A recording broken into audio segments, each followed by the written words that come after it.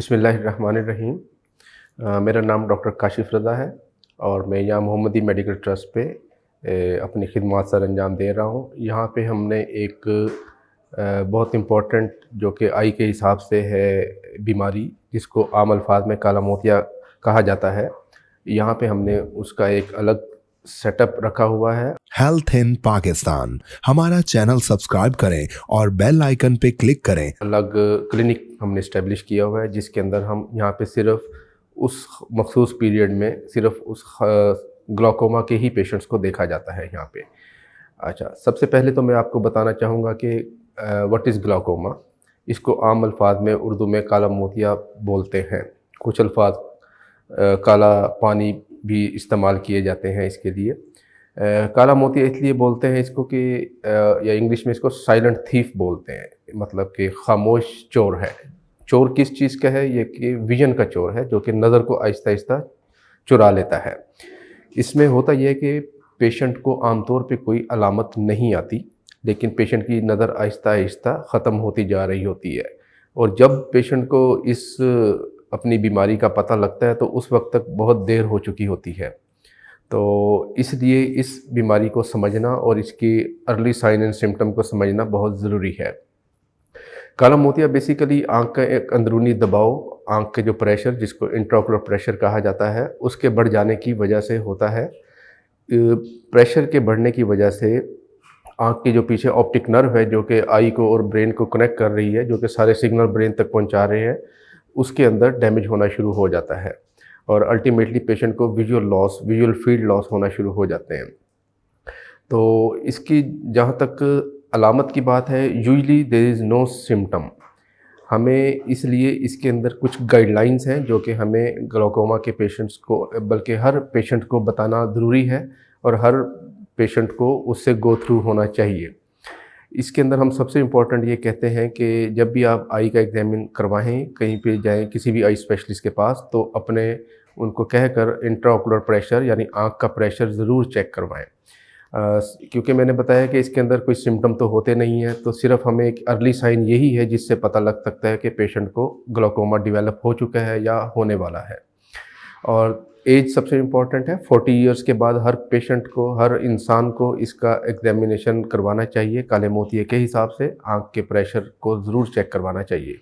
Routinely जब भी patient जाता है किसी ऑप्टोमेट्रिस्ट के पास, किसी डॉक्टर के पास, आई डॉक्टर के पास, तो बाकी सारा चेकअप कर लेते हैं। इंट्राओकुलर प्रेशर को कंसीडर नहीं किया जाता। रफली बिज़ी क्लिनिक्स की वजह से, नंबर ऑफ़ पेशेंट ज़्यादा हों, या रूटीन के अंदर अगर वहाँ पे प्रॉपर इंट्राओकुलर प्रेशर चेक करने की सहूलत ना हो तो इसलिए आपने जब भी जाना है तो इसको खुद अपने फिजिशियन को कहना है कि इस आपकी आँखों का प्रेशर चेक किया जाए।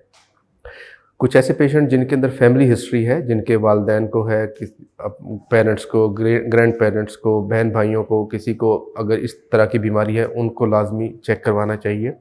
या कुछ बच्चे जिस तरह होते हैं जिनको कि बर्थ डिफेक्ट होते हैं और कंजेनिटली ग्लाकोमा या कैटरेक्ट का कोई उनके बहन भाइयों में आपको हिस्ट्री मिल रही हो, उनके अंदर बहुत इम्पॉर्टेंट है। तो जैसा मैं बता रहा हूँ, इसमें साइंस एंड सिम्पटम इतने ज़्यादा नहीं होते। हमें भी जब हमारे पास पेशेंट आते हैं तो हम सबसे पहला क्लू हमारे पास आँख का प्रेशर ही होता है।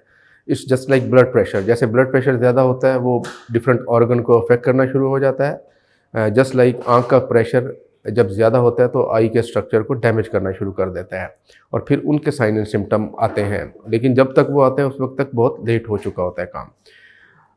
तो इसको हमें डायग्नोज़ करने के लिए हमें प्रॉपर क्लिनिकल एग्जामिनेशन इम्पॉर्टेंट है पेशेंट का, प्लस हमें कुछ डायग्नोस्टिक टेस्ट करने पड़ते हैं जो कि ग्लाकोमा के पेशेंट्स के लिए स्पेसिफिक टेस्ट हैं। उनके अंदर विजुअल फील्ड एग्जामिनेशन है, ऑप्टिक नर्व हेड का जो ओसीटी करवाते हैं आजकल लेटेस्ट है वो है, सेंट्रल कॉर्नियल थिकनेस देखते हैं। तो फिर बाकी और क्लिनिकल एग्जामिनेशन को देखते हुए फिर हम इसके मुताबिक इसका इलाज तजवीज़ करते हैं। आमतौर पे कहा जाता है कि काले मोतिये का इलाज नहीं है। काले मोतिये का इलाज है, बिल्कुल है, लेकिन इसका टाइम पे पता होना बहुत ज़रूरी है। टाइम पे इसको डिटेक्ट करना बहुत ज़रूरी है।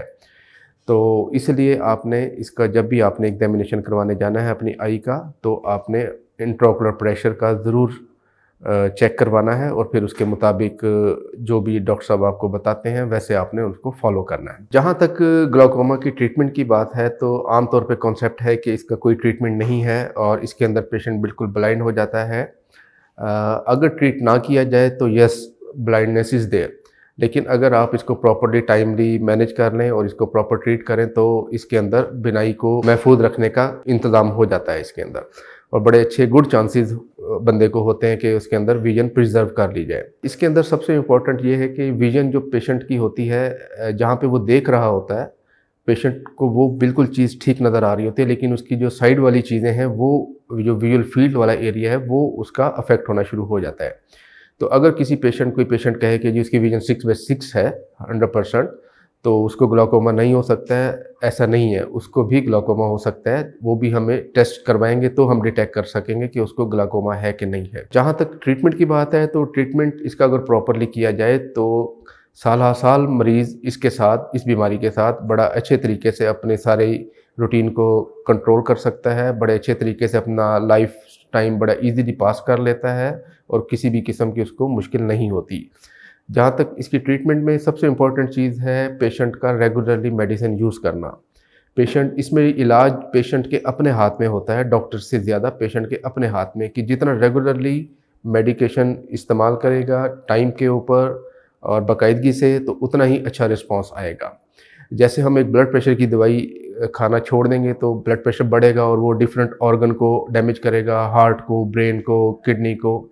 ऐसे ही आँखों के प्रेशर को अगर हम ड्रॉप की मदद से कंट्रोल नहीं करेंगे तो ये आँखों के डिफरेंट स्ट्रक्चर को जाके अफेक्ट करना शुरू कर देगा और वो अफेक्ट इरिवर्सिबल होता है।